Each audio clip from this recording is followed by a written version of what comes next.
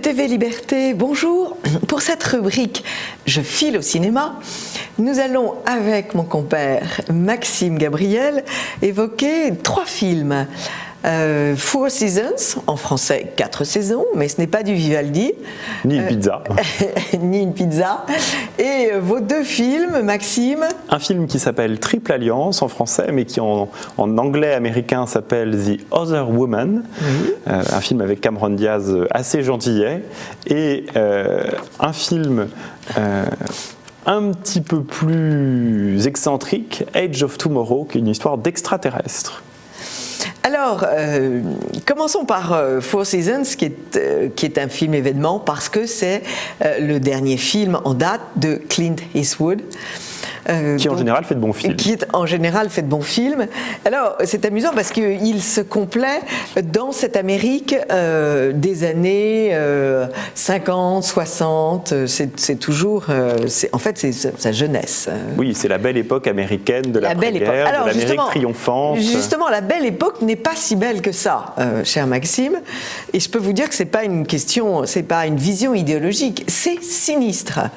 Ce groupe, donc, de jeunes chanteurs, ces 4 garçons sont dans une petite ville du New Jersey. Ils s'ennuient comme des rats morts, ils n'ont pas beaucoup d'argent, et il y a cette phrase étonnante. Le héros dit nous n'avons que 3 solutions, rentrer dans l'armée, mais c'est dangereux, rentrer dans la mafia, c'est dangereux aussi, ou alors devenir célèbre. Mais on retombe dans le cas numéro 2, parce qu'on voit bien que la mafia et la chanson ont des rapports très proches. Surtout à l'époque. Mais c'est d'ailleurs assez navrant, parce qu'on voit qu'aujourd'hui, dans la société dans laquelle on vit, la seule perspective pour beaucoup d'enfants, quand vous leur demandez, c'est devenir fonctionnaire, devenir footballeur, oui, ou devenir une célébrité. Absolument. Ce qui passe de temps en temps par la télévision, de temps en temps par la chanson, puisque vous savez qu'aujourd'hui il n'est plus nécessaire de savoir chanter pour être chanteur. Voilà. Et finalement c'est la même chose pour ces garçons désœuvrés des années 60. Exactement. Alors moi j'y suis allée parce que j'aime beaucoup cette musique, je croyais que j'allais tomber sur de la bonne musique. Patatras, c'est pas du tout de la bonne musique, en tout cas j'ai reconnu aucun air que je connaissais. Par exemple, ce n'est pas Night, la fièvre du samedi soir. Absolument. Avec Travolta. Mais c'est tiré d'une histoire vraie, il faut quand même aussi le C'est tiré rappeler. d'une histoire vraie, donc c'est l'histoire de ce groupe dont le chanteur était Frankie Valli, et avec une voix de fausset. Et pourquoi il est devenu célèbre? Parce qu'il avait une voix de fausset. Alors si vous voulez, c'est gentil, mais moi, cette voix de fausset m'a hérissé l'oreille dès le départ. Et puis c'est vraiment, mais c'est sinistre, tout est sinistre, les rapports amicaux, leurs rapports avec les filles qui se jettent au cou de ces garçons chanteurs et à qui il arrive des tas de malheurs. Et c'est vraiment, c'est long en plus, c'est 2 heures. Alors, encore une fois, ce sont les années 50, donc les filles sont belles, elles ont la taille fine, les jupes très larges, mais en dehors de ça, je peux vous dire que c'est vraiment sinistre. Alors, ce qu'il y a d'amusant, c'est que le lendemain, je regardais La fièvre du samedi soir avec Travolta. Et alors là, c'est plus la musique, c'est la danse.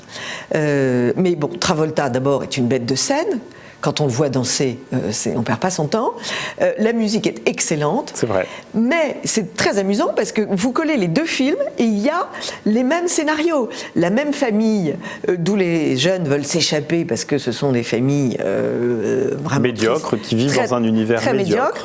Et le seul mobile, ce n'est pas chanter pour le bonheur de chanter, c'est la recherche de fric. Et puis de célébrité, et puis le fric qui entraîne la célébrité, mais c'est le fric. Et alors on les voit donc après évoluer dans des milieux très friqués, très mafieux, et dans le cas de Frankie Valli, de Four Seasons, il y a un petit mafieux qui va partir avec l'argent du groupe, comme il arrive très souvent. Leonard Cohen a été truandé par son homme d'affaires. Je crois qu'il y a un autre chanteur français qui a été truandé. Enfin, c'est un cas. Alors, Voilà. Est-ce que c'est pas un joli portrait en creux de cette société américaine finalement assez sinistre? C'est devenu une satire. Parce que c'est devenu une satire. En général, Absolument. Clint Eastwood produit toujours des films qui ont un message un peu plus subtil. Absolument. Et là, je dois dire qu'on est. Alors, à mon avis, il aurait dû être un petit peu plus court, parce que 2 heures dans une petite ville du New Jersey avec des losers, en français, des perdants. Voilà, c'est un peu long. Alors, à vous, Maxime. Alors, moi j'ai vu 2 films qui ne méritent pas forcément un grand détour, hormis un soir de cinéma où on s'ennuie un peu à la maison et où on se dit que pourrais-je aller voir au cinéma en cette semaine, finalement assez peu riche en films intéressants. Et donc, comme Jersey Boys n'est pas un film si passionnant que ça, ainsi que vous venez de le dire, il en reste 2. Un que je déconseille, qui s'appelle Edge of Tomorrow, qui est un film d'extraterrestres. Alors, en gros... L'âge du futur. Oui. En gros, les extraterrestres ont pris le contrôle de l'humanité et sont en guerre avec l'humanité. L'Angleterre survit pour l'instant et va mener une grande bataille sur les plages pour débarquer et tuer les extraterrestres. Un nouveau soldat est là. C'est son premier jour et il arrive à tuer un de ces extraterrestres un peu particuliers et qui lui transmet un pouvoir, celui de revivre cette journée en permanence. À chaque fois qu'il meurt, il revient au début de la journée. Voilà. Et donc, à force de revenir au début de la journée, forcément, il devient plus fort, il s'entraîne, etc. Et ça lui permettra, avec toute une série de rencontres, de trouver une solution, de trouver le grand méchant qui est l'Oméga. L'Oméga qui est une sorte d'extraterrestre, alors des extraterrestres qui ont des formes plutôt de l'ordre de la plante, il y a un côté presque mystique ou divin, c'est plus une force de lumière qui est installée sous la pyramide du Louvre, allez savoir pourquoi, tout ça est assez grotesque, et qui maîtrise à la fois l'espace et le temps. En fait c'est Dieu, voilà, d'où le nom d'Oméga, et grâce à son nouveau pouvoir et à ses nouveaux amis, il va réussir à tuer le grand extraterrestre en donnant sa vie, mais rassurez-vous, il va survivre quand même en remontant le temps une dernière fois pour aller retrouver sa belle. Alléluia, le monde est sauvé, l'Angleterre est sauvée, et son amour est sauvé. Voilà. En revanche, on n'a pas sauvé son argent en allant voir le film et on a perdu sa soirée. Un film un peu plus amusant, alors dont le scénario est vu, revu, re-revu et re-rabâché dans tous les téléfilms à l'eau de rose qu'on peut voir à la télévision, c'est l'histoire d'un mari infidèle. Alors quand on a dit ça, on a tout dit et on n'a rien dit en même temps, puisque ce mari infidèle, qu'on découvre au départ dans les bras de Cameron Diaz, la belle Cameron Diaz, sexy en diable, avocate internationale et tout ce que vous voulez, découvre par hasard que l'homme qu'elle aime depuis 2 mois est en fait marié dans le Connecticut à une femme très classique du Connecticut avec son petit pull, son petit serre-tête, etc. Une femme ennuyeuse au possible. Il y a cette phrase au début du film où la femme ennuyeuse dit à son mari: on devrait créer un brain camp, c'est-à-dire un camp pour le cerveau, vous savez. Les Américains aiment beaucoup faire des camps, et elle lui dit en gros on partirait comme je suis et on reviendrait super smart. Bon, ça en dit long sur le niveau de cette femme, et toutes les deux finalement se lient d'amitié en découvrant l'existence l'une de l'autre et se mettent en tête de trouver les failles du mari. Et elles le suivent dans un de ses soi-disant voyages d'affaires et découvrent une 3e fille qui s'appelle Amber, 22 ans, américaine classique, très bien faite, très jolie, très stupide et très facile. Voilà, donc la charmante Amber a décidément toutes les qualités et... ça nous mène où, cette histoire? Ça nous amène à la constitution d'un trio de 3 femmes, donc cette Amber, la belle, oui, la femme cocu, il faut bien le dire, doublement cocu, et l'avocate. Et toutes les 3 vont faire la vie dure au mari, à leur façon, jusqu'à détruire sa vie en se rendant compte que non seulement il trompait sa femme et sa maîtresse avec une autre maîtresse, mais qu'en plus c'était un truand qui en gros escroquait des gens en faisant croire à des investissements faramineux. Donc elles vont réussir à détruire le mari, à récupérer l'argent, et chacune va finalement plus ou moins trouver l'amour. Donc c'est un film qui finit bien, oui, c'est amusant, oui, gentillet, enfin, c'est un bon téléfilm, amusant, c'est un bon téléfilm, oui. C'est un bon TF1 mardi soir, très si bien, vous passez l'expression, mais par une soirée où on s'ennuie, on passe un bon moment, voilà. On passe un bon moment. c'est pas un chef-d'œuvre. Il y a les journées du cinéma avec des tarifs extraordinaires. C'est le printemps du cinéma bientôt. C'est le printemps du cinéma. Donc invitons nos amis téléspectateurs à voir Le Conte de la princesse Kaguya. Exactement, un film qui vient de sortir ou qui va sortir. Non, c'était ce soir. C'est pour ça que nous n'avons pas pu le voir. Que nous n'avons pas encore vu, mais que nous irons voir pour la semaine prochaine et que nous commenterons. J'ai vu la bande-annonce, ça a l'air merveilleux de poésie, comme beaucoup de ces dessins animés japonais dont on parle beaucoup ici dans Perles de Culture, parce que je pense que là... Rappelons le grand film que nous avons tant vanté. Dont j'ai oublié le titre, qui s'appelait... on le redira la semaine prochaine. Je trouve qu'il y a vraiment maintenant un basculement de ce cinéma occidental et en particulier français dont on nous rebat les oreilles en nous expliquant que c'est l'exception culturelle en cette période de grève d'intermittents et que sans intermittents il n'y aurait point de chef-d'œuvre au cinéma. La dernière fois qu'on a parlé ici d'un grand film français qui soit sorti, j'ai oublié quand c'était. En revanche, au Japon, il y a des choses assez extraordinaires qui se passent. On voit même maintenant des films chinois ou italiens qui arrivent sur le grand écran en France et qui s'imposent comme des succès, et pas simplement dans 3 salles confidentielles. On peut penser à Black Call, que j'ai pas du tout aimé, vous vous souvenez, que je l'ai descendu la semaine dernière, mais qui est quand même un film chinois qui marque les esprits en Occident, et c'est un des premiers. On se souvient de ce film italien dont on avait parlé il y a un mois, de ce commissaire-priseur pris dans la tourmente. C'est exactement la même chose, et je pense que la question se pose aujourd'hui de l'avenir de ce cinéma français dont on a du mal à voir aujourd'hui à quoi il sert, sinon à produire des soupes à peu près aussi mauvaises que les soupes américaines, mais en moins bien. En tout cas, allez voir Le Conte de la princesse Kaguya, et Maxime Gabriel vous en parlera la semaine prochaine. Merci Maxime. Est-ce qu'on se quitte sur la bande-annonce de Jersey Boys pour avoir la substantifique moelle du film sans être obligé d'aller le voir? Absolument, vous avez tout à fait raison. Merci beaucoup Maxime. Merci beaucoup Anne.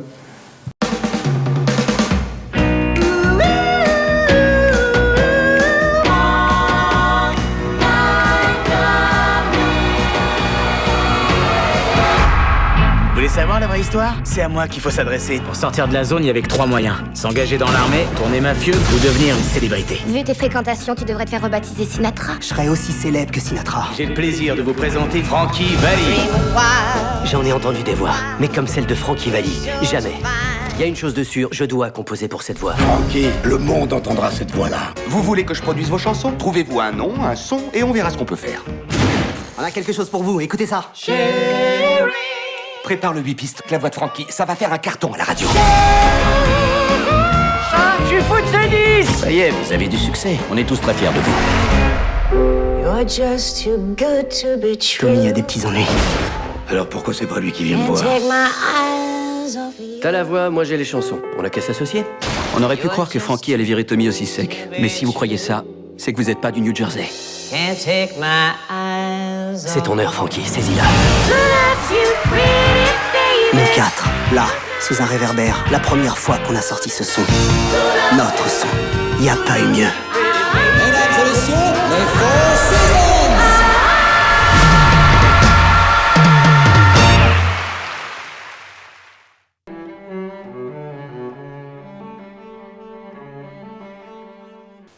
Chers amis de TV Liberté, nous partons en Normandie pour lire l'œuvre d'un immense écrivain, Jean de La Varande.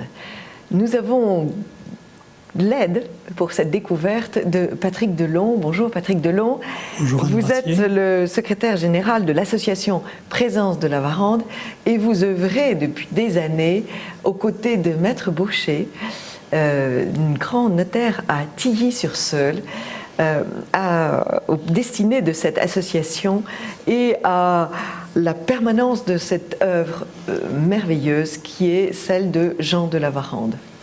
C'est le but de l'association, c'est de garder la mémoire de l'écrivain et de promouvoir son œuvre. Et le but de cette association est parfaitement en accord avec l'esprit même de l'écrivain, puisque pour l'écrivain, pour Jean de La Varande, le passé n'est qu'un sommeil. Pour un esprit attentif, tout se ranime.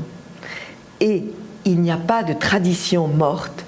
Le souvenir porte en soi une vitalité supérieure et nous ramène à cette notion suprême, la chaîne dont nous ne sommes qu'un maillon. Avec ce sentiment, l'homme se dépasse, il revit dans un futur réveillement. Je crois que Jean de La Varande est cet écrivain qui est une sorte de pont entre l'ancien temps, l'ère monarchique, l'ère royaliste, et aujourd'hui. C'est la continuité, c'est la chaîne entre les générations passées et les générations actuelles, celles que nous vivons, et pourquoi pas les générations futures, puisque vous savez que tout se suit, c'est un chaînon. Tout se suit. Alors, une grande actualité, puisque c'est un écrivain qui a la chance de se voir réédité constamment. D'abord, chers amis TV Liberté, vous allez dans n'importe quelle brocante, chez n'importe quel libraire d'anciens, et vous trouverez beaucoup de titres de La Varande qui sont en livre de poche. En livre de poche, on en trouve encore. Mais un éditeur s'est attaché à rééditer La Varande, c'est Via Romana, et il a réédité donc Mes petits contes marins. 4 titres de La Varande. Mes petits contes marins. Alors le premier c'était Mes plus beaux Noëls, ensuite il y a eu Mes contes sacrés, et ensuite Mes petits contes marins, et aujourd'hui, le dernier qui vient de sortir, ce sont Les Manants du Roi. Les Manants du Roi, qui sont un grand livre qui a une place particulière dans l'œuvre. C'est, je dirais, presque le chef-d'œuvre de La Varande, puisque l'aphorisme connu, c'est « On ne connaît pas La Varande si on n'a pas lu Les Manants du Roi, on connaît La Varande si on a lu que Les Manants du Roi ». Alors, c'est un recueil de nouvelles. Il y avait au départ, quand il est paru en 1938, 11 nouvelles. Voilà. Et quand la réédition qui vient de sortir, nous avons rajouté 2 nouvelles supplémentaires.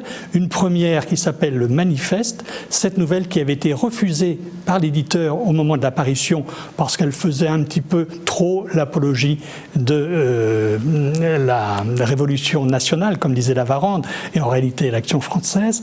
Et la deuxième nouvelle que nous avons rajoutée, c'est l'Énergie nationale. L'Énergie nationale. Et la deuxième nouvelle que nous avons rajoutée, c'est La Comtesse de Barville, Chouane, qui est une très belle nouvelle, mais qui avait été tirée à très peu d'exemplaires, puisqu'elle était réservée à une société de bibliophilie, les Amis des Beaux Livres, et là nous l'avons complétée dans cette nouvelle édition. Oui, donc c'est un livre très intelligent. C'est un livre. Alors, pouvez-vous nous raconter en quoi ce livre, ce recueil de nouvelles, illustre ce qui était très cher au cœur de La Varande, c'est-à-dire l'association ancienne des fleurs du lys et de la croix, autrement dit, du trône et de l'autel. Alors c'est très simple, d'ailleurs dans le sous-titre, c'est 1793-1950, c'est-à-dire que sur cette période, c'est l'histoire d'une famille qui, de génération en génération, et si vous voulez, les aventures sont contées par La Varande depuis la mort du roi Louis XVI. Comment il sure, qui est la première nouvelle, comment les Normands, les gens qui habitent en Normandie, ont appris la mort du roi. Avec le tocsin. Exactement. Et ensuite, après, il y a notamment le départ du roi Charles X en exil. Et ensuite, chaque récit, si vous voulez, sur les générations qui se déroulent jusqu'en 1950, la période où vivait La Varande, eh bien, nous voyons ces familles, soit pendant les périodes de chouannerie, soit par la suite, avec l'abandon, je dirais, de l'Église au moment de l'Action française. Et l'effroyable condamnation de l'Action française par Rome. En 1929, par Pie XI, mais heureusement, cette condamnation a été levée en 1936 par le pape Pie XII. Oui, malheureusement, on ne parle que de la condamnation et jamais de la condamnation levée. Donc, il reste dans l'esprit de tous les catholiques et de bien des Français que l'Action française a été condamnée. Et ça, c'est assez effrayant.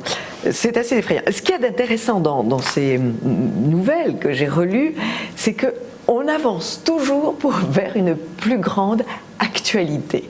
Comment cela est-il possible ? Bien, vous savez, ce génie de La Varande, il a écrit donc avant-guerre, entre les deux guerres, un petit peu après la guerre, il a toujours eu du succès, et on a l'impression qu'il annonce toute la décadence et toutes les effroyables choses qui nous arrivent aujourd'hui. C'est le gros problème du mal et du bien. C'est toujours le bien qui est attaqué par le mal. Eh bien, ça va de génération en génération. Et aujourd'hui, on se retrouve exactement dans les mêmes situations. Le mal est là qui vient saper tout ce qui est, je dirais, de positif dans la vie. Et on voit les héros de la Varande. Ce qui est formidable, c'est que ces héros ont beaucoup de générosité. Cette générosité qu'ils donnent et qui les amène à faire presque le don de leur personne pour pouvoir aller à l'acte héroïque final pour arriver, si vous voulez, à combattre ce mal. Alors, j'ai envie de citer quelques exemples parce que c'est quand même trop tentant, n'est-ce pas? Donc, la Varande définit la République. Et alors là, nous ne sommes pas déçus. Ce mot, qui lui représentait le désordre, les appétits déchaînés, un méli-mélo de folie, de gabegie et de petites gens sales se prélassant dans les fauteuils dorés. C'est quand même c'est tout à fait d'actualité. C'est quand même une caricature terriblement signifiante et un petit peu actuelle, il faut bien le dire. Exactement, quand on ouvre les yeux, on retrouve presque les noms, on pourrait presque donner les noms de ces personnages. Alors, citons aussi les grands textes, citons Nez de cuir. Alors, Nez de cuir, c'est effectivement un texte de la Varande très connu, puisqu'il a eu le privilège d'être tourné au cinéma, un film d'Yves Allégret, avec les acteurs principaux qui sont Jean Marais et Françoise Christophe. Et qui est l'histoire de ce Alors, c'est l'histoire d'un jeune homme qui faisait partie d'ailleurs de la famille de la Varande. C'est un Gebret qui, au moment des guerres napoléoniennes, s'engage pour défendre la France, et lors d'un combat, il reçoit un coup de sabre et il a le nez qui est arraché, et ce nez sera remplacé par un masque en cuir. C'est pour ça donc que le livre s'appelle Nez de cuir. Mais c'est aussi un très grand séducteur. C'était un très grand séducteur.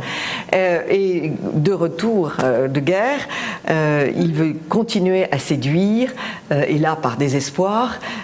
Et c'est donc toute l'histoire de cet homme qui est extrêmement prenante. Il y a aussi Le Centaure de Dieu. Alors ça, c'est un livre magnifique. C'est un peu la suite de Nez de cuir, puisque c'est un neveu d'un Gebret, et Gaston de la Barre, qui va être appelé par sa vocation, rentrera au séminaire et deviendra prêtre. Et il ira même plus loin dans son sacrifice, puisqu'il quittera la France et il ira en mission. Et c'est là où malheureusement il décédera. Et c'est une histoire un peu tragique aussi, puisque le père avait 2 enfants, 2 fils. Le fils aîné décède et le deuxième, normalement, devrait reprendre le domaine, mais il a cette vocation et il part. Et donc c'est le déchirement du marquis de la Barre. Qui va trouver un remède à sa souffrance, puisqu'il va retrouver un enfant adultérin. Exactement, du fils aîné. Du fils aîné. Et ça sera le thème. L'époque de l'avortement n'est pas encore là, donc les poussins des haies, comme les appelle la Varande, c'est-à-dire les enfants nés hors mariage, ne sont pas avortés. Et donc ce petit garçon va prendre la suite de ses frères, la place de ses frères morts. Et ça sera le thème de 2 autres livres, le 3e jour, ça sera la reconnaissance du petit Georget, et ensuite il y aura la dernière fête qui sera l'apothéose, puisqu'il prendra véritablement la place dans le domaine. Alors, il faut que nous insistions, chers amis de TV Liberté, sur le style de la Varande, qui est tout à fait fabuleux. Il se trouve que je connais bien la Varande, puisque j'ai vécu 3 ans avec lui. Il est mort en 1957, mais j'ai commis une biographie, une très belle biographie chez Perrin. Une biographie de ce grand écrivain qui m'a passionnée, et j'avoue que c'est un homme qui a laissé une centaine d'ouvrages, je crois, et cet homme, il a écrit, comme tous les écrivains, des grands livres, d'autres qui sont des livres plus alimentaires, nous allons dire, mais des articles de journaux, mais à chaque fois que vous retrouvez un article, puisque c'est vous, Patrick Delon, qui, comme un archéologue, allez chercher, fouiner dans les bibliothèques, dans les journaux pour trouver des articles. C'est l'intérêt justement de découvrir des choses nouvelles. Et alors vous découvrez ces choses nouvelles et on se dit, est-ce qu'il va nous ramener des pépites? Eh bien oui, vous nous rapportez des pépites à chaque fois, parce que chaque texte de La Varande est remarquable. Et alors, c'est le moment de parler de cette association merveilleuse Présence de La Varande, qu'anime Maître Baucher depuis des années, depuis 25 ans maintenant. 25 ans. Si vous avez envie de recevoir les cahiers des Amis de la Varande, eh bien vous écrivez à Présence de la Varande, 16 rue La Varande, 14 250 à Tilly-sur-Seulles. Tilly-sur-Seulles. T-I-2-L-Y, sur Seulles, S-E-U-2-L-E-S. Alors, donc chaque année, il y a un cahier. Il y a un bulletin plus un texte de la Varande sur beau papier bibliophilique. Qui est un texte très joli. Et cette année, ce texte, c'est sur le charbonnier. Expliquez-nous ce qu'était un charbonnier. Eh bien, c'était ce personnage qui vivait dans la forêt, donc un milieu un petit peu curieux, hostile, extraordinaire, qui fabriquait du charbon de bois, puisqu'on avait besoin de ce charbon de bois pour mettre dans les cheminées, et puis qui était quand même, puisqu'à l'époque, on se chauffait bien principalement par le bois. Et alors,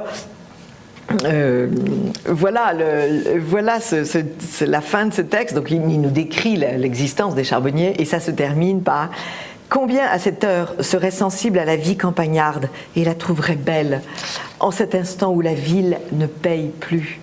Notre conquête urbaine, c'est d'être mal chauffé, mal nourri, sans place pour nous remuer, nous détendre. Et si nous voulons sortir, nous voici surveillés, canalisés, chicanés, peut-être écrasés et sûrement engueulés. Par contre, nous trouvons des spectacles qui nous abêtissent et des amis qui nous calomnient. Pouvons-nous même apprendre, savoir, dans ce flot de science qui déferle sur nous, nous culbute, et si nous voulons y boire, nous engoue? Pouvons-nous même aimer dans ce kaléidoscope artificiel de la sensation, d'une vie plus personnelle, plus libre et moins hâtive, dégagée de la primaire machine à connaître, puisse revivre ce qu'en hommage à l'intuition, aux développements intimes, on nommait jadis, et en l'admirant, la foi du charbonnier.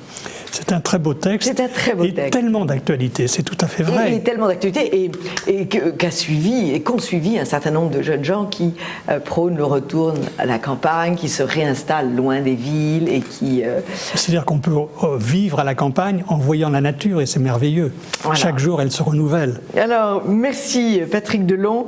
Je vous invite, chers amis de TV Liberté, de fouiller dans les bibliothèques de vos grands-parents. Vous trouverez sans doute ces merveilles. Et d'acheter ces livres chez les éditeurs, chez Via Romana. Via Romana, mais aussi chez Lanor. Lanor qui vient de sortir une très belle biographie d'Anne d'Autriche. Également Les Promenades, qui sont des articles de La Varande qu'il avait donnés pour un journal qui s'appelle Nation française, préfacé par Michel Déon de l'Académie française, aux éditions Charles Hérissé à Janzé, en Ille-et-Vilaine. Et donc ce livre Les que vous du devez roi. lire de toute urgence, et vous comprendrez beaucoup mieux votre siècle, en tout cas le siècle dernier, et je crois aussi celui qui commence, Les Manants du roi chez Via Romana, avec une préface de Patrick Delon. Merci beaucoup Patrick Delon et l'association Présence de la Varande à Tilly-sur-Seulles. Merci Anne. Et un site internet. Il y a un site internet que vous trouverez d'ailleurs dans le livre, et vous avez la possibilité, en plus du bulletin et de l'inédit, de participer à une promenade, en général au mois de juin, en Normandie, sur les lieux où se situent les textes de la Varande, et vous pouvez avoir même une conférence à Paris tous les ans. Nous avons omis de dire que Jean de la Varande a vécu dans le château de sa famille. Qui s'appelle Bonneville, au Champ-Blac, à côté de Bernay, dans l'Eure. Et ce château se visite. Exactement, il y a un musée La Varande. Et lors des Journées du patrimoine, vous serez accueillis. Et en dehors des Journées du patrimoine, non. Pour les groupes, il y a sur demande. Voilà. Eh bien, merci beaucoup Patrick Delon de nous avoir conduits sur les pas de cet immense écrivain normand, Jean de la Varande. Merci Anne Brassier. Amis de TV Liberté, à tout de suite pour une autre chronique de Perles de Culture.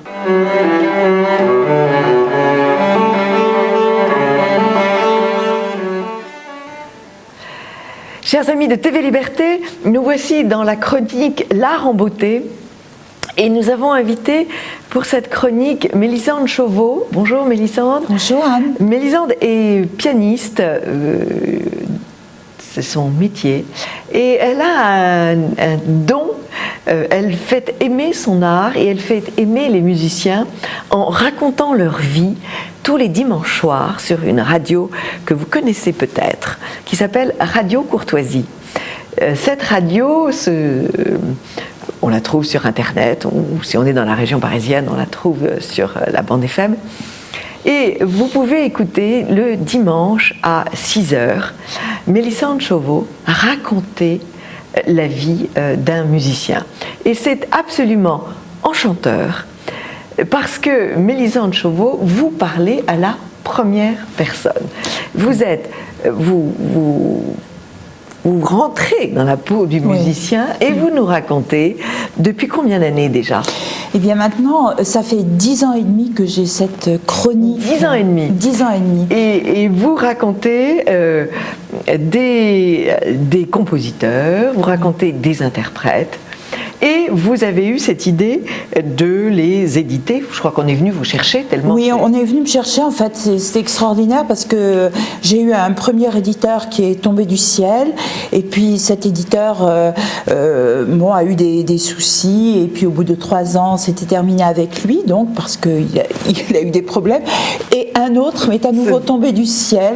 Alors ça, c'était merveilleux parce que je n'ai pas... il s'appelle comment cet éditeur? De la Tour France. De la Tour France, voilà, de la Tour France. Donc la collection s'appelle Raconte-moi la musique. Comme l'émission. Et comme l'émission de Didier Rochard. Cette émission s'appelle d'ailleurs... Justement, j'ai une chronique à l'intérieur du Libre Journal des musiciens. Libre Journal des musiciens de Didier Rochard. Et l'émission elle-même s'appelle Raconte-moi la musique. À 19h30 tous les dimanches. 19h30, oui, pas à 18h. Alors, je suis moi-même tombée sous le charme de vos émissions. Vous racontez ce miracle qui est très difficile de raconter à la première personne. Bien, moi, je trouve ça plus facile parce que plus vivant et c'est plus facile parce qu'on peut employer un langage plus quotidien.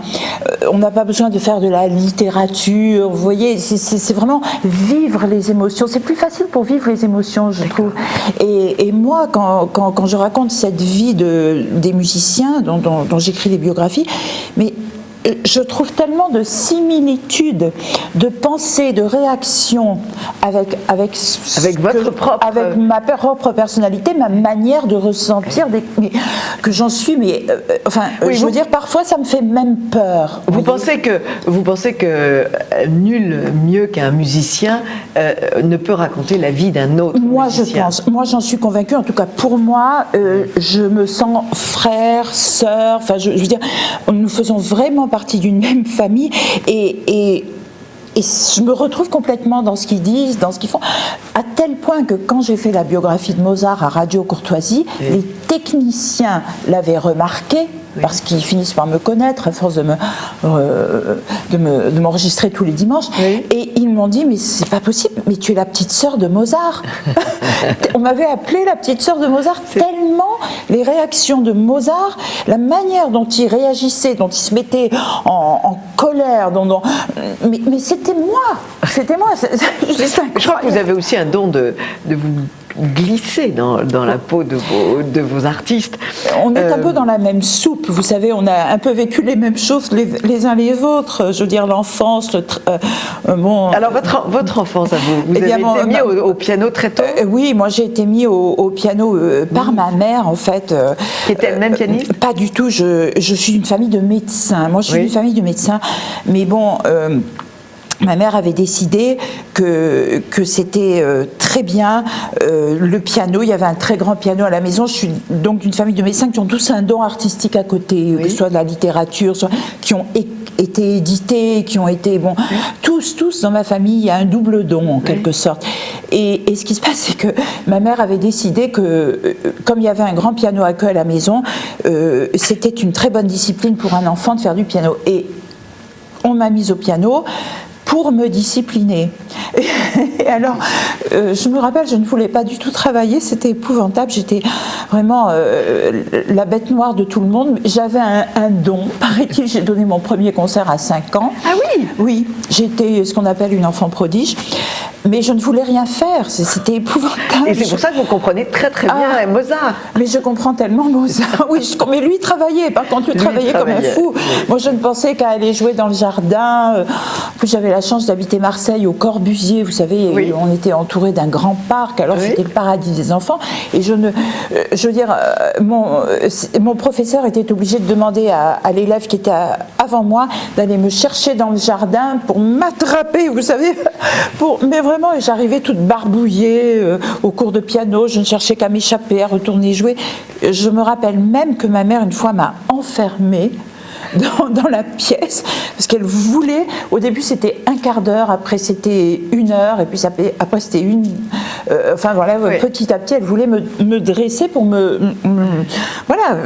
dire il faut lui donner une structure. Et cela dit, il n'y a pas de grand art sans travail. Ça n'existe pas. Sans travail acharné, quotidien. Ah, alors là vraiment, et je les ai tous vus travailler comme des fous furieux. Franchement, dans les biographies que je raconte, mais c'est un esclavage. Oui, mais enfin, c'est constant.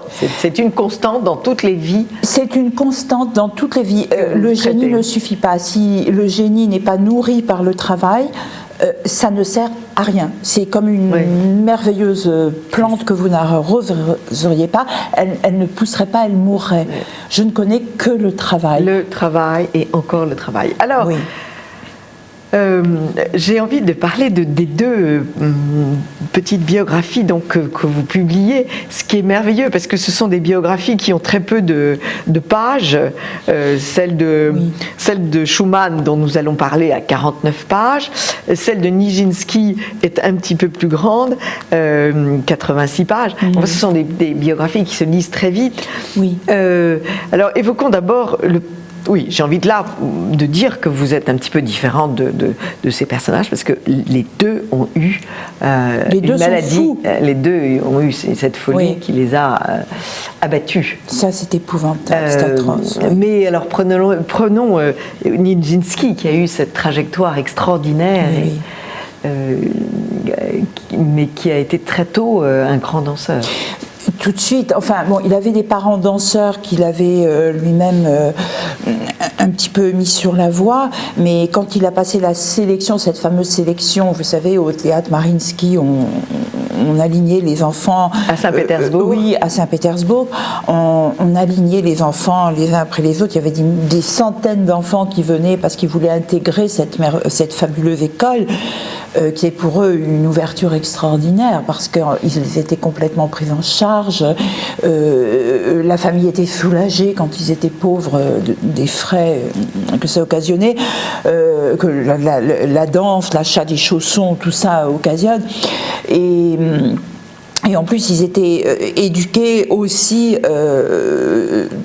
sur le plan général, parce que quand on entrait... Intellectuellement et socialement. Et je dirais d'une manière aussi savoir vivre et comment se tenir, comment se comporter, c'était absolument complet, parce que la danse était vraiment un des fleurons de la culture russe depuis le début du XVIIIe siècle, depuis la Catherine Ier. Oui. Et donc, c'est-à-dire 1737, quelque chose comme ça, je crois. Et c'était une tradition, une grande tradition. Et quand on choisissait d'éduquer un danseur qui avait le potentiel pour devenir un des plus grands, eh bien, on l'éduquait totalement et sur tous les plans. Après, il était appelé à fréquenter la cour et à représenter son pays à l'étranger. Oui, donc d'où la nécessité. Un fleuron de la nation. D'où la nécessité d'une très belle éducation. Voilà. Et alors, vous m'apprenez quelque chose d'étonnant, c'est que dès sa jeunesse, Nijinsky a été l'objet d'attaques. Oui, ça a été épouvantable. Donc, c'était le souffre-douleur de tous, d'abord parce qu'il était d'origine polonaise il était chez les Russes, ils avaient eu une guerre, voilà, parce qu'il avait du génie, tout simplement. Et que les génies sont... voilà, c'est un peu l'histoire la jalousie. C'est l'histoire de la jalousie, c'est l'histoire de Mozart avec Salieri. Salieri, avait tout, il était le chouchou de l'empereur, il avait beaucoup plus d'argent que Mozart, il était reconnu, mais il n'avait pas le génie de Mozart, et il voulait tuer Mozart parce qu'il était jaloux de son génie, qu'il ne pouvait... C'est fou ça, oui. Il aurait pu faire n'importe quoi, il n'aurait jamais eu ce génie, parce que c'est complètement inné. Et donc, Nijinsky, dès sa petite enfance, déjà, vers 8 ans, ses camarades ont essayé de lui tendre des pièges et de faire en sorte qu'il tombe et qu'il soit accidenté à un tel point qu'il ne puisse plus faire de danse. Et ensuite, cette histoire d'attentat manqué s'est poursuivie tout au long de la vie de danseur de Nijinsky. Sur les scènes en Amérique du Sud, notamment, je me souviens, on avait placé en haut d'un échafaudage un énorme assortiment de pics avec des pierres qui devaient lui tomber sur la tête, en fait tomber dessus et sinon le tuer, du moins lui casser, l'anéantir. Et il avait un instinct extraordinaire. Nijinsky sentait, il voyait à l'avance. Il était peut-être un peu, je ne sais pas, médium, je ne sais pas. Il sentait chaque fois, et alors il se plaçait à un autre endroit que l'endroit où il aurait dû être placé. Et c'est affolant parce que c'est arrivé tout au long de sa carrière, parce qu'on était jaloux de son génie, tout simplement. Et puis, parce qu'il avait du génie. Oui, ce qui est étonnant, c'est que ça s'est reproduit. Il y a eu un cas de vitriol au Bolchoï, au théâtre Mariinsky encore récemment. Enfin, c'est vraiment des histoires. Mais entre artistes, vous savez, moi je vous dis, les artistes, ce sont des tueurs. On dit l'art adoucit les mœurs, mais si vous voyez les pianistes entre elles, mon ami, ça fait peur. Vraiment. Moi, alors, il y a un autre. J'aurais des histoires à raconter. Des histoires à raconter. Oui. Et alors, cette autre biographie que j'aime beaucoup, parce que j'aime beaucoup la vie de Schumann, la musique de Schumann. Moi, Schumann, et son extraordinaire histoire d'amour avec Clara, qu'il n'a pas pu épouser aussi vite qu'il aurait voulu, parce que le père de Clara était opposé à ce mariage. Oui, parce que il espérait pour sa fille quelqu'un de très renommé, très reconnu, et Schumann à l'époque était un pauvre petit entre guillemets compositeur, et pris dans ses états d'âme effroyables en plus. Vous savez qu'il avait tapé à la porte de chez Wieck, le professeur Wieck, qui était le père de Clara Schumann, parce qu'il voulait d'abord devenir un virtuose. Oui. Et en fait, son 4e doigt ne marchait pas assez, alors il a imaginé une machine pour monter son 4e doigt, et il s'est arraché un tendon, et ça a été fini pour lui, terminer la carrière de virtuose. Alors il y avait cette frustration terrible, parce que Clara, elle, était une grande virtuose. Extraordinaire, c'était un phénomène. Oui. Schumann ne pouvait pas jouer, mais il composait déjà les papillons, le carnaval, enfin les études symphoniques, voilà. Et ils sont tombés amoureux fous, ils étaient complètement complémentaires. L'un acceptait le génie de l'autre, l'un acceptait la célébrité de l'autre. Et c'était très dur pour Schumann, parce que sa femme était célèbre. Et quand elle partait en tournée, on lui demandait toujours oh mais est-ce que vous aussi vous faites de la musique? C'était affreux, on oubliait de Ils ont été immensément heureux. Ils ont été fabuleusement heureux. Ils ont eu 8 enfants, c'est-à-dire à peine finissait-elle accouchait-elle qu'elle retombait enceinte. Ce qui ne l'a pas empêché de jouer et de parcourir le monde. Le monde, oui. Parce que c'était vraiment une pianiste, une artiste. Elle aimait les bravos, elle aimait la scène, elle aimait le public.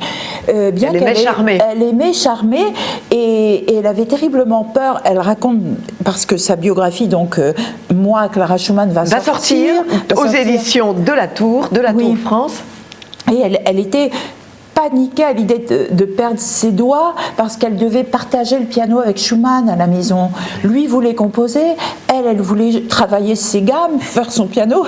Et donc, dans les périodes de création, il fallait que tout s'arrête. Schumann était pris par sa musique. Il avait donc le piano, il avait besoin du piano et Clara ne pouvait plus s'approcher de l'instrument. C'était dur. C'était un ménage qui a vécu des choses difficiles. Ils s'aimaient follement, ça a été un amour extraordinaire, mais ils ont dû composer l'un avec l'autre. Voilà, vous avez compris, chers amis de TV Liberté, combien Mélisande Chauveau est passionnante. Elle nous fait rentrer dans l'intimité des musiciens, dans leurs joies immenses, dans leurs peines aussi immenses. Et ces récits à la première personne vous permettent véritablement de mieux comprendre la musique de ces musiciens et le génie de ce danseur qui était Nijinsky, ce danseur russe. Donc moi Schumann, moi Nijinsky, aux éditions de La Tour France. Merci beaucoup Mélisande Chauveau. Merci, Anne. Et à une toute prochaine émission. Merci beaucoup. Amis de Télé Liberté, à tout de suite pour une nouvelle séquence de Perles de culture. Touche pas à mon patrimoine.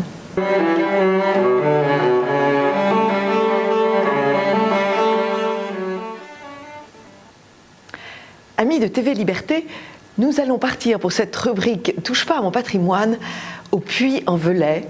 Et nous allons admirer un trésor extraordinaire, une collection de broderies liturgiques, grâce à Maxime Gabriel. Bonjour Maxime Gabriel. Bonjour Anne et à nos invités. Et à nos invités, monsieur et madame Fruman. Qu'on félicite et qu'on remercie pour cette belle collection qui a été installée dans le trésor du Puy-en-Velay, que vous appelez le trésor brodé maintenant, et qui a d'ailleurs été visité par Nicolas Sarkozy quand il était président de la République, qui a dit, je cite, « C'est la plus belle collection de cet ordre en France ». Et en préparant cette émission, on se disait que c'était d'ailleurs probablement une des plus belles du monde. Est-ce que vous pouvez nous dire un mot d'abord de la genèse de cette collection? Comment vous êtes tombé dedans? Et quand? Eh bien, la première chose, c'est qu'on a toujours été des collectionneurs. Mais nos collections ont évolué suivant nos moyens et suivant nos goûts. Et quand on était jeunes mariés, on a essentiellement collectionné l'art contemporain de l'époque. Vu notre âge, c'est les années 60. Et on a collectionné des belles choses, des belles gravures, quelques tableaux, quelques dessins. Et on s'intéressait surtout à cette époque-là à l'art optique, c'est-à-dire Vasarely, Agam, Albers, Ivaral, bien sûr, etc. Et il se trouve que quand on est parti entre 71 et 75 aux États-Unis, on a découvert tout à fait par hasard l'art du patchwork américain.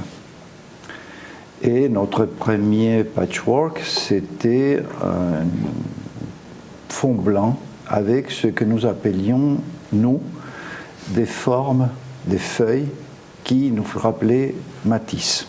Donc on l'appelait ce patchwork Matisse. Et à partir de là, on a commencé à collectionner essentiellement des formes géométriques qui étaient d'une certaine façon liées et relationnées à cet art optique qui était très à la mode à l'époque. Et ça a duré 4 ans. Quand on est rentré donc des États-Unis, encore par hasard, dans la foire de Chatou, on a trouvé par terre une chape qui était absolument extraordinaire et que nous pensions être brodée. Et en fait, elle ne l'était pas. Mais bien d'années plus tard, on a découvert que cette chape avait été tissée à Lyon, que c'était assez extraordinaire parce que c'était ce qu'on appelle un brochet en relief et qu'elle a été faite en 1805. Nous pensons, sans avoir nécessairement la preuve malheureusement, qu'elle a été faite pour la visite de l'empereur à Lyon. Et donc à partir de là, on s'est lancé. C'est toujours comme ça une collection. Hein. On ne sait pas qu'on fait une collection. Ce n'est qu'après beaucoup d'années qu'on se rend compte qu'on a collectionné. Quand tous les murs de la maison sont pleins, que vous vous dites, la collection commence à prendre de l'ampleur. Quand les murs, les meubles et sous les lits, vous avez accumulé énormément de choses, vous êtes collectionneur. Et vous vous demandez, qu'est-ce que l'on va en faire? Et alors, juste aujourd'hui... C'est là où les avis divergent. Daniel voulait absolument faire une vente aux enchères. Je m'y suis opposée, j'ai dit c'est pas possible. Tout cet effort que nous avons réuni en 30 ans, ou plus maintenant, on ne va pas le disperser comme ça à tout vent. Et une pièce va aller en réserve dans tel musée, une autre dans tel autre, alors qu'on a la chance, on a fait quelque chose d'extraordinaire. Je suis modeste, hein, mais vous avez raison. On se rendait compte qu'on avait fait quelque chose d'incroyable qui n'existait pas. Donc ce n'est pas question de le disperser. Et il m'a dit, qu'est-ce que tu veux en faire? Je dis, un musée. Et il m'a dit, tu n'y arriveras jamais. Et comme vous aimez les défis, et voilà, je suis vous l'avez pris au mot, obstinée, et nous avons réussi. Sauf que ce n'est pas un musée, c'est le trésor de la cathédrale du Puy-en-Velay. Mais c'est encore plus beau. Qui est un endroit extraordinaire. Encore plus beau. C'est encore plus beau parce que toute cette magnifique broderie retrouve leur lieu d'origine. Absolument. Alors, on peut d'ailleurs dire un mot de ces fameuses broderies, parce qu'il n'y a pas que des chapes. Bien entendu, ça va beaucoup plus loin. Alors, est-ce que vous pouvez nous donner une idée du panorama de la collection Fruman aujourd'hui? Oui. Combien de pièces d'abord? Alors, combien de pièces? Il y a à peu près 235 pièces dans la collection. Beaucoup de pièces appartiennent à un ensemble, c'est-à-dire vous pouvez avoir la chasuble, le voile de calice, l'étole et les manipules qui vont avec. Donc, il y a des ensembles qui sont regroupés dans les catalogues dans un seul numéro, mais où il y a plusieurs pièces. Et la collection, c'est des ornements liturgiques et des tableaux de dévotion. Brodés, de toute façon. Ça, c'est le leitmotiv, c'est la broderie. Pourquoi on a fait cette collection? C'est parce qu'on avait trouvé cette chape et on l'a sauvée. Elle était par terre. Elle était par terre à la foire des châteaux. Et on a eu beaucoup de chance parce que, vu qu'on avait des moyens modestes, on a réussi, en dépit de ça, à avoir des pièces qui sont absolument extraordinaires, en particulier d'origine royale. Mais je reviendrai. Quelle est la plus ancienne? La plus ancienne, c'est une Vierge à l'enfant, absolument extraordinaire, Espagne, 15e, début du 15e siècle, premier quart, et c'est une image qui est assez grande et qui probablement était au centre d'un antépendium. Un antépendium, c'est ce que l'on met devant l'autel. Quand il s'agit du textile ou du cuir, c'est-à-dire matière souple, on l'appelle antépendium, sinon c'est un devant d'autel. Et donc, les ornements liturgiques sont ceux qu'on utilise pour la messe et les festivités religieuses. Et les tableaux de dévotion sont ceux qui accompagnent beaucoup plus dans le domaine domestique, pas toujours, mais très souvent dans les modes, la foi de celui qui les possède. Mais vous faites bien de le préciser parce qu'aujourd'hui, ce sont des notions que souvent les gens ne connaissent plus. Donc vous faites bien de rappeler ces éléments.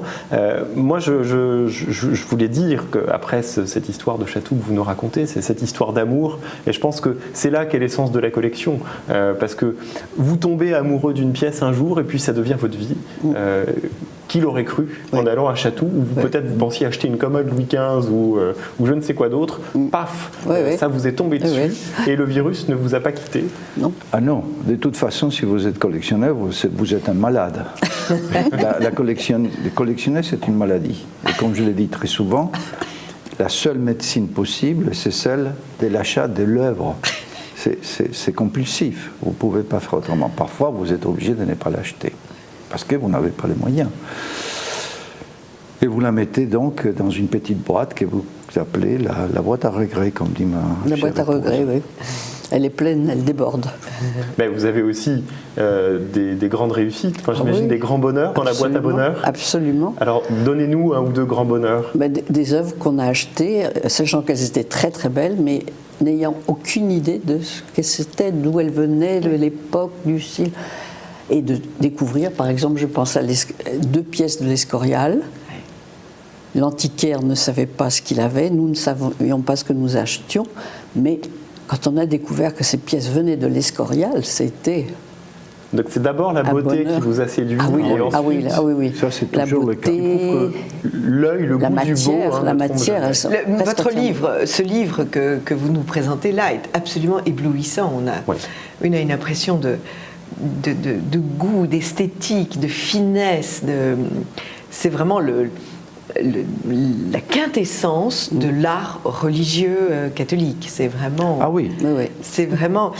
Jean de la Varande avait une très jolie phrase. Il disait que l'or et les broderies des églises constituaient la richesse des pauvres.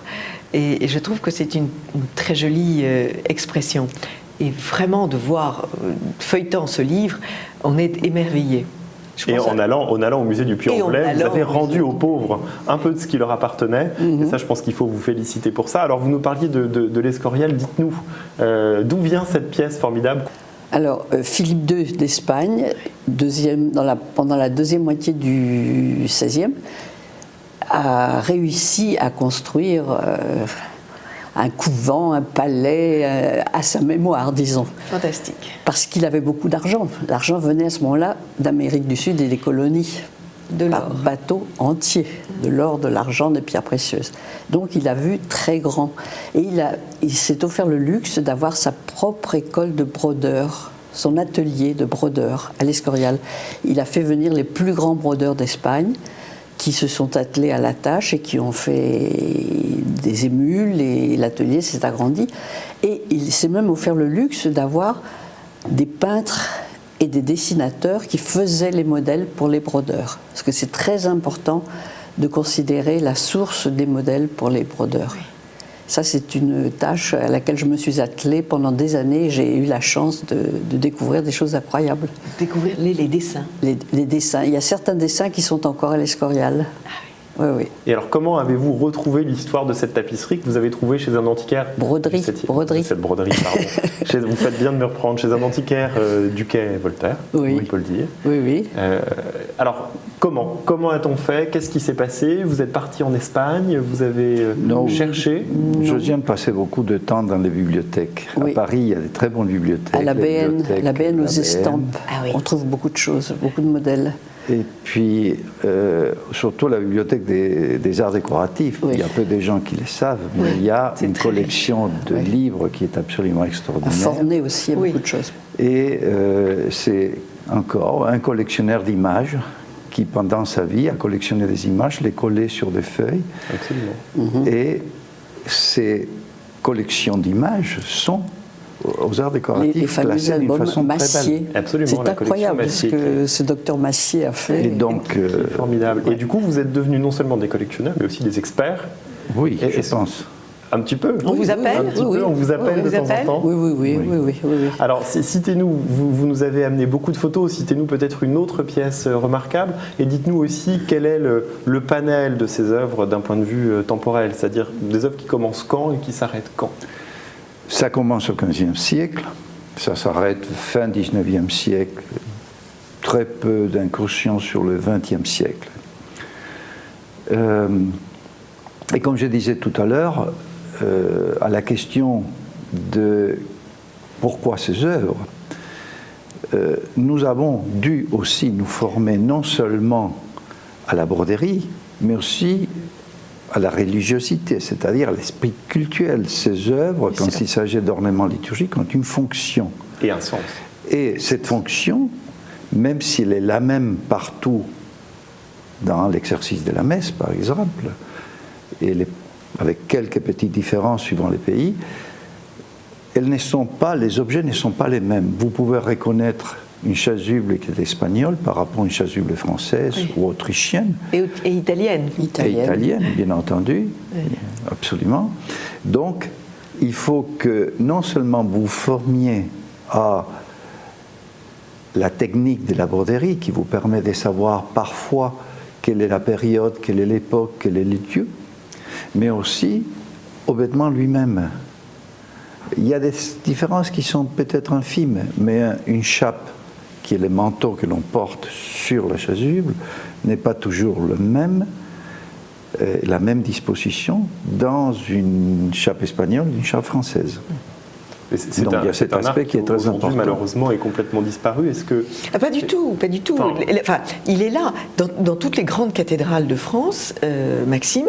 Vous avez des meubles dans les sacristies, oui, bien sûr, mais des meubles immenses avec des grands tiroirs que l'on ouvre religieusement et on trouve des merveilles. Non, mais ce que je veux dire, c'est qu'on ne fabrique plus aujourd'hui. C'est un art qui est devenu un art du passé, qu'on garde, qu'on conserve, mais ça n'est plus un art d'aujourd'hui. Est-ce que vous le regrettez d'une certaine manière ou pas? Ou est-ce qu'au contraire, vous vous dites que c'est formidable?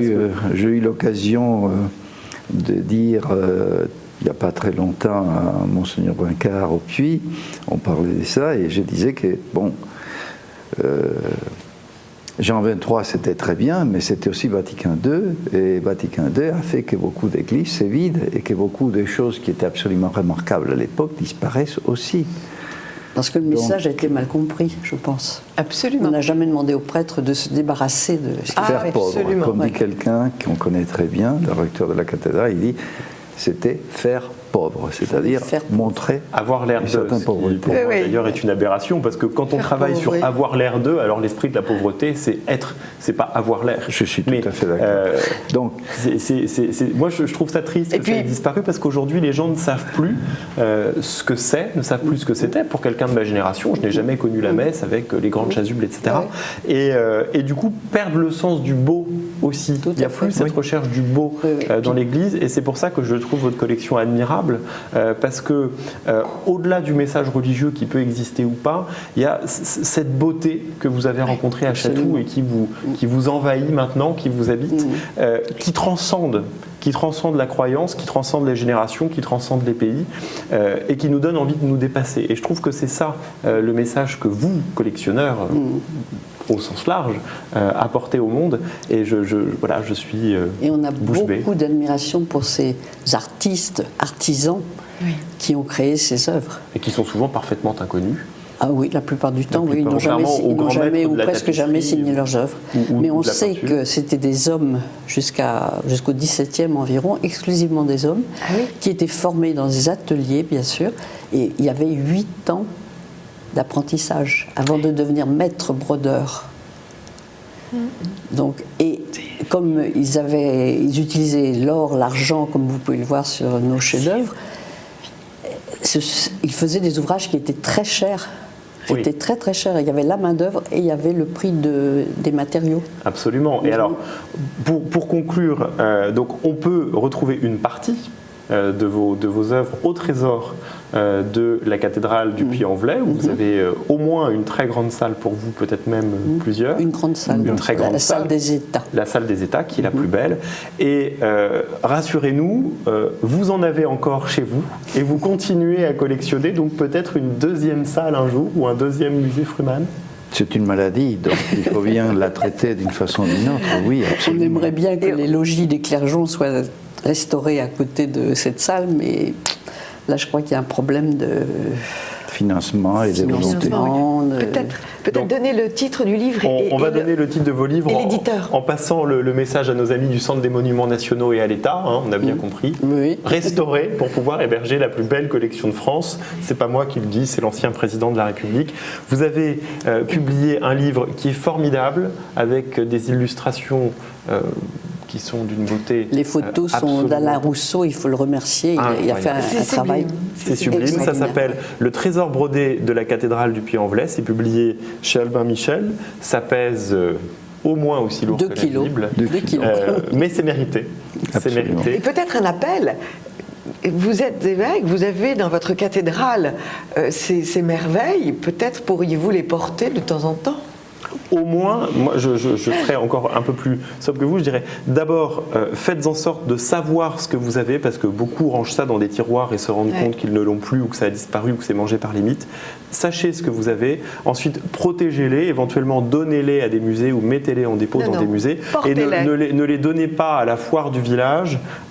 Ça c'est quelque chose de très important. Depuis quand même, je dirais, plus d'une dizaine d'années, une quinzaine d'années, il y a des gens qui font un grand effort pour faire connaître et faire un inventaire des œuvres qui sont justement dans les églises et les cathédrales. Nous en connaissons, c'est un travail très important qui est fait. Il existe des bases de données qui vous permettent d'accéder à ces œuvres. Il y en a beaucoup, malheureusement très dispersées. Notre collection est beaucoup plus large d'un certain côté, mais bien sûr balaye une période historique beaucoup plus grande et aussi des objets très différents. Oui, elle a une forme d'universalisme qui est tout à fait admirable. Et un autre message, je montre votre livre à l'écran, un autre message qu'il faut rappeler, c'est chez Albin Michel, c'est qu'on peut collectionner, on peut créer une grande collection sans être millionnaire, mais simplement en faisant des efforts chaque année, un petit quelque chose. Et ça, je pense que c'est un beau message d'amour qu'il faut passer à tous les Français et à tous ceux qui nous regardent, qui ne sont peut-être pas seulement français d'ailleurs. Voilà, faites quelque chose pour votre patrimoine, collectionnez et vous aussi, créez un musée comme l'ont fait Daniel et Josiane Fruman, qu'on salue. Sauver. Merci beaucoup, merci infiniment. Et tenez-nous au courant de vos prochaines acquisitions et de vos prochains sauvetages. Avec grand plaisir.